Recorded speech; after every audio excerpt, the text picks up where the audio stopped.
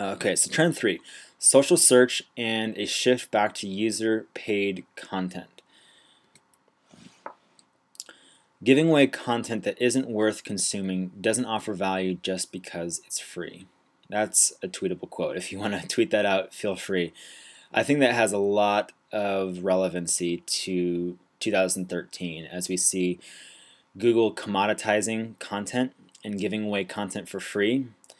And you see people that have been put out of business, for producing. They used to produce content professionally, and they aren't able to do so because of Google, basically. So you think like Napster versus iTunes model, where Napster is giving stuff away for free, and artists can't make money doing it anymore. And you see iTunes actually having copyrighted, protected content that charges money. I'll get into more of that in a second. But that's basically what this is saying. Like, people think that if I give it away for free, it offers value. But if the content's not any good, it doesn't. It's not worth someone reading. It's not worth spending your time looking at the content. So you have to really rethink value. In social search, technology is being integrated into results from Facebook, Twitter, and Google+, and this is going to improve relevance. And this point is just basically that social is going to be a bigger player even within search, which is a kind of it's related, but it's a separate category. So social is becoming more important, as to be expected. People generally care more about what their friends think than what Google shows them. So if their friend recommends something, that's going to be more important.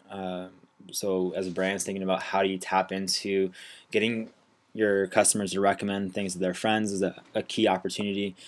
And then the other trend is that people are starting on social platforms now. So they used to start a lot more on Google, and now they're starting to move away from that and start on Facebook, for example. So that means that you have to, again, have a social presence. And then not only just have one, but to have a mature one. So digital content subscriptions is the fastest growing retail e-commerce category in 2011 with a 26% growth rate. A lot of people say that they can't sell their content because people aren't paying for it. They won't pay for it.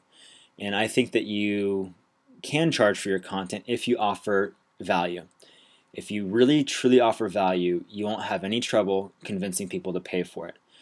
So this whole trend is propelled by tablets and e-readers, and it's mostly made up through downloaded subscriptions. That includes stuff like The Economist or New York Times and things like that. It also includes music, movies, TV shows, and ebooks and things. And this category growth will accelerate even more as these tablets and e-readers kind of break into the mainstream. We see Amazon really cutting the costs on some of these devices and cutting the price point down. So that's going to really offer a lot of market penetration and kind of get this trend even growing faster in the near future. So the point is that this people do pay for content if you offer value. That's the point. And this statistic comes from ComScore. And here we see this kind of two categories of companies: publishers versus product companies. Publishers make money by selling their content. Product companies make money by selling products. That's pretty obvious, but publishers can't take advantage of inbound marketing because that's basically giving content away for free. You can't make money giving content away for free. The way that product companies can capitalize on inbound marketing, and basically inbound marketing is, say you post a blog and people searching for content related to what you offer find your blog article through Google, for example, and then they find out what you do and your product, and then they buy your product. That's basically inbound marketing. Product companies can do that because they have a product to sell that's separate than their content. Paid content, publishers need to switch towards charging for their content and back to a paid model. So we went through this period of give everything away for free because there's this expectation that content should be free. Publishers are starting to swing back, and I expect that we'll see a swing back towards people paying for content again. They'll start, charging. Publishers will start charging again for content. And again, it's that Napster versus iTunes model. And the reason why they can charge for it is because the quality is so much better. So you have to offer a lot more quality. If you think about a blog article that was free, and a small business owner may spend 2 or 3 hours on a blog article and give it away for free. But if you're able to spend 10 or 15 hours on that blog article because you're able to charge for it, then you'll be able to offer a lot more value and relevance to your niche. And you have this example with free blogs versus like a paid app, for example, also, where like I went to New York this last year and I bought an app that kind of showed the sights to see and where everything was and gave descriptions and tours and all that. And I could have found out all that information probably online somewhere if I would have spent the time to search for it. But the stuff that was free online isn't going to be updated as well. It's not going to show the content as easily. The user experience is not going to be as good.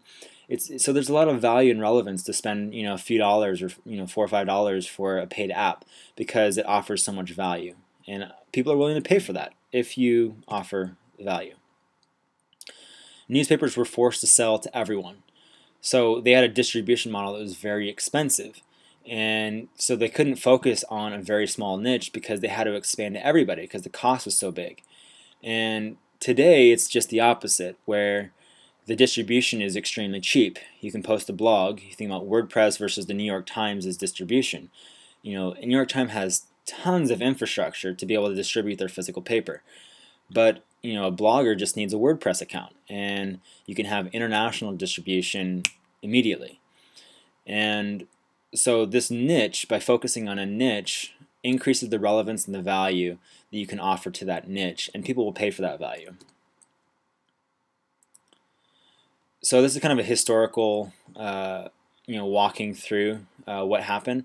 Print went wide instead of deep due to distribution costs. Then we see Google systematically give away content. And then we see the publishers realize they couldn't make money anymore because no one was paying for their content because they expected it to be free.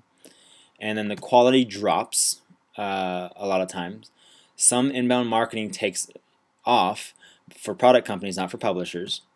And Apple's model takes off, which is quite different, where they offer copyrighted, professionally produced, paid content.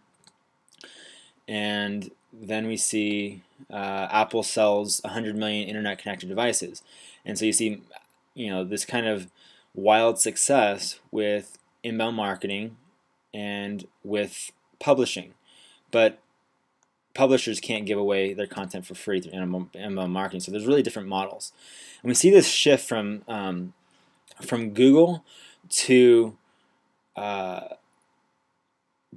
everyone used to use Google as a source to find new stuff and to find content they're looking for. And 90% of the devices accessed the internet through the traditional PC platform 3 or 4 years ago. And that's really transitioned to where 50% of devices that have access to the internet are now mobile. And only 1 to 5% of Google searches are done on a mobile device. So we see this very big shift that is going to speed up, I think, where people are going to, they found other ways to find the content they're looking for on mobile devices. So here's a breakdown of ways that we found our content without using Google. So if you're looking to redo your backyard or on a travel, you want to schedule a trip around the world, you're going to look at Pinterest for destination sites, or maybe TripAdvisor for places to go. Or if you're looking for, LinkedIn or Yelp, if you're looking for a restaurant, you're going to go to Yelp, you're not going to go to Google.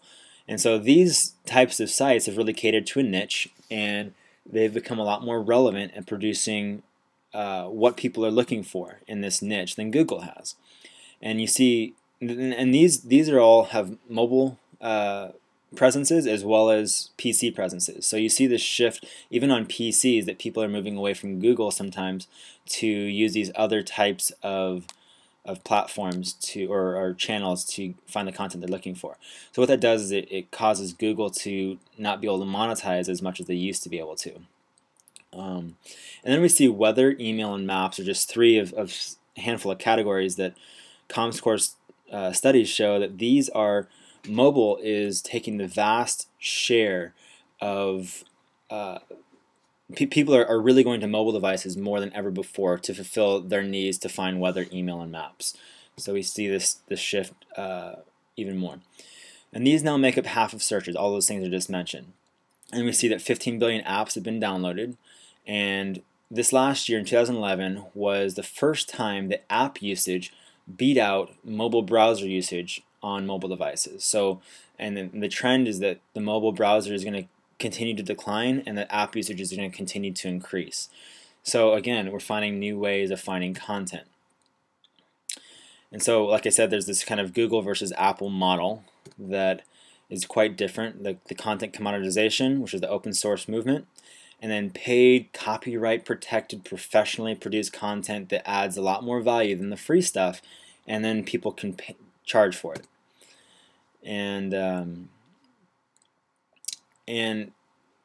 the challenge with Apple's model is that it is expensive to get into. You could spend $30,000, $40,000, $300,000 to produce an app, and so only certain people can produce that content and afford to basically get into that market. So you have marginally differentiated content.